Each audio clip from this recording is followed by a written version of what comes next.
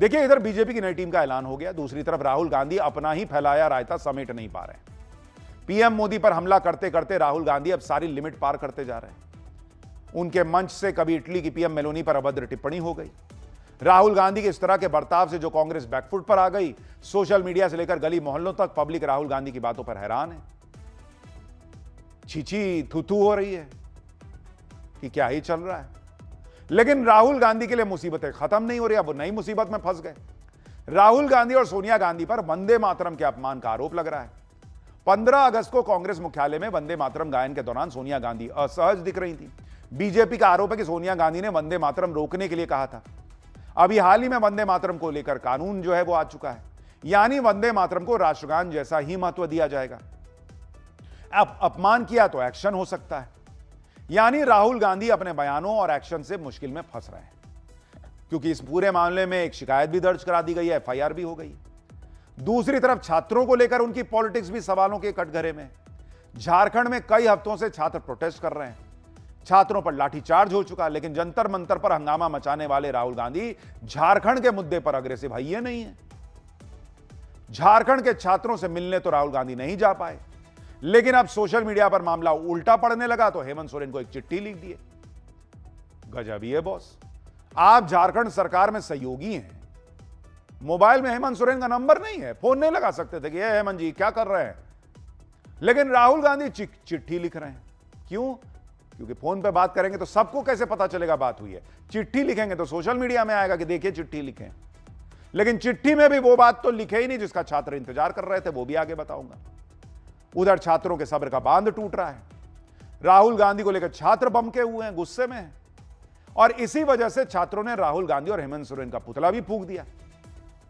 राहुल गांधी हर दूसरे दिन कैसे फंसते जा रहे हैं, कॉकरोच पार्टी वाले कैसे एक्सपोज होते जा रहे हैं, छात्रों को लेकर इनका दोहरा रवैया कैसे पूरा देश देख रहा है। क्या वंदे मातरम के अपमान के मामले में इन पर कोई कानूनी एक्शन भी होगा, सब बताऊं उससे पहले इस खबर की एक झलक देखिए।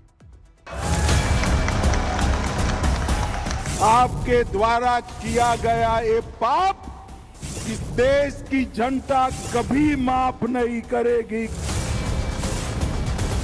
भाई मैं तो कहीं तक भी नहीं गाता था और कहीं तक भी नहीं गाऊंगा, आ गई समझ में आपको? बस खड़ा हो जाऊंगा, नहीं गाऊंगा बिल्कुल भी नहीं।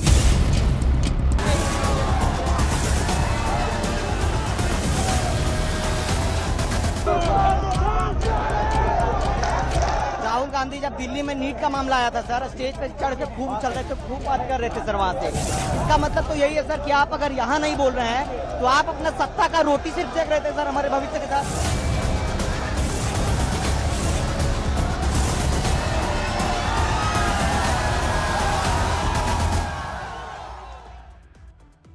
देखिए, मेलोनी वाले एपिसोड के बाद राहुल गांधी की जमकर खिंचाई हुई। कांग्रेस के सहयोगी दलों ने भी इस मामले से दूरी बना ली कि ना ये सब हम लोग नहीं साथ दे पाएंगे। अब राहुल गांधी और सोनिया गांधी वंदे मातरम को लेकर विवाद जो हो रहा है उसमें फंस गए। 15 अगस्त को कांग्रेस मुख्यालय में वंदे मातरम का गायन हुआ। वंदे मातरम को अब पूरा गाना अनिवार्य कर दिया गया है। जब वंदे मातरम शुरू हुआ तो उसके 2 छंद के बाद से ही सोनिया गांधी वीडियो में कुछ असहज टाइप लग रही थी, वो कुछ इशारा कर रही थी, फिर बगल में खड़े मल्लिकार्जुन खड़गे से बात करने लगी। राहुल गांधी भी इन दोनों को देख रहे थे। ये सब देखकर आरोप लगे कि सोनिया गांधी इशारे से वंदे मातरम गायन रोकने के लिए कर रही है, आरोप लगा। बीजेपी ने भी इस कार्यक्रम का एक वीडियो जारी किया जिसमें कहा जा रहा है कि राहुल गांधी वंदे मातरम पर कुछ बोल रहे हैं, कह रहे हैं कि ये वंदे मातरम का हमारा स्वरूप है या हम अपना गाना गा रहे हैं। सुनिए वो वीडियो जो दिखाया है बीजेपी ने।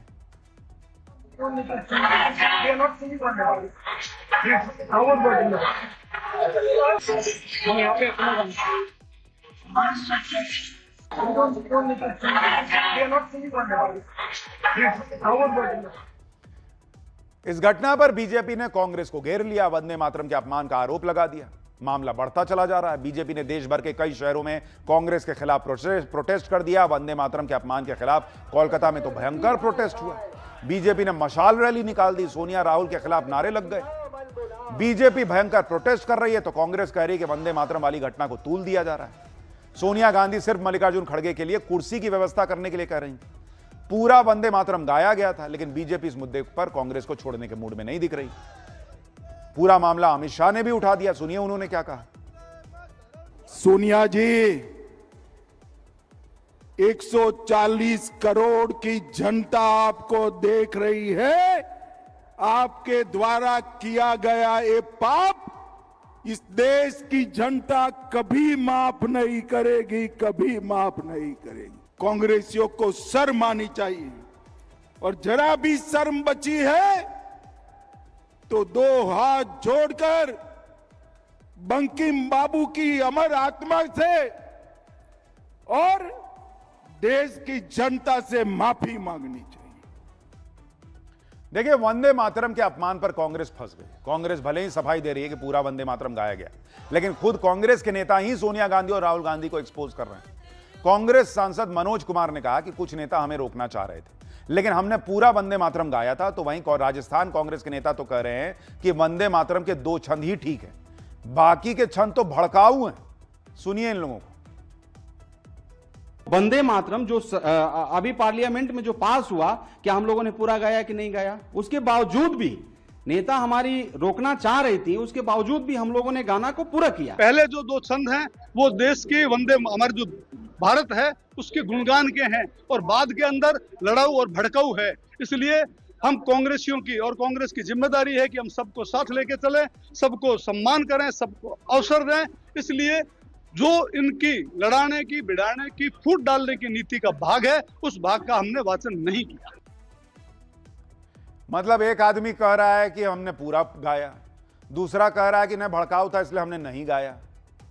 कौन झूठ बोल रहा है? एक कह रहा है कि हमारी नेता रोकना चाह रही थी लेकिन हमने पूरा गाया, दूसरा कह रहा है कि हम गाएंगे ही नहीं पूरा क्योंकि वो भड़काऊ है। बताइए, कांग्रेस नेताओं को पूरा वंदे मातरम भड़काऊ लगने लग गया है। इसी वजह से सोशल मीडिया पर लोग सवाल उठा रहे हैं कि क्या कांग्रेस को वंदे मातरम से कोई दिक्कत है क्या? और कांग्रेस के सांसद इमरान मसूद, वो तो वंदे मातरम का नाम सुन के परेशान हो जाते हैं। इमरान मसूद तो खुलकर डंके की चोट पर कह रहे हैं कि चाहे जो हो जाए वो वंदे मातरम नहीं है गाएंगे। अरे भाई, तुम्हें अब वंदे मातरम का प्रेम हो रहा, करो ना, करो, हमें क्या फर्क पड़ रहा है? हमें जितना करना है हमें उतना ही करना है, हम करेंगे। भाई मैं तो कहीं तक भी नहीं गाता था और कहीं तक भी नहीं गाऊंगा। आ गई समझ में आपको? बस खड़ा हो जाऊंगा, नहीं गाऊंगा, बिल्कुल भी नहीं। मेरा संवैधानिक अधिकार है, मैं अपने धर्म का पालन करूंगा। सोनिया गांधी और राहुल गांधी के लिए मुसीबत यह है कि वंदे मातरम को अब राष्ट्रगान, जनगण मन जैसा दर्जा मिल चुका है। इसी संसद सत्र में यह बिल पास हुआ है और इसे राष्ट्रपति ने हस्ताक्षर भी कर दिए हैं इस पर। अब इसी कानून के आधार पर सोनिया गांधी और राहुल गांधी के खिलाफ शिकायतें की जा रही हैं। दिल्ली से लेकर मैंगलोर तक शिकायतें दर्ज हो रही हैं। सोनिया और राहुल गांधी के खिलाफ एफआईआर दर्ज करके एक्शन की मांग हो रही है। वंदे मातरम के अपमान का दोषी साबित होने पर सजा का भी प्रावधान है। भाई, नेशनल ऑनर कानून के तहत वंदे मातरम बाधित करना या उसमें रुकावट डालना दंडनीय अपराध है। दोषी साबित होने पर 3 साल की सजा या जुर्माना या फिर दोनों लागू हो सकते हैं। दूसरी बार दोषी पाए जाने पर कम से कम 1 साल की सजा का प्रावधान है।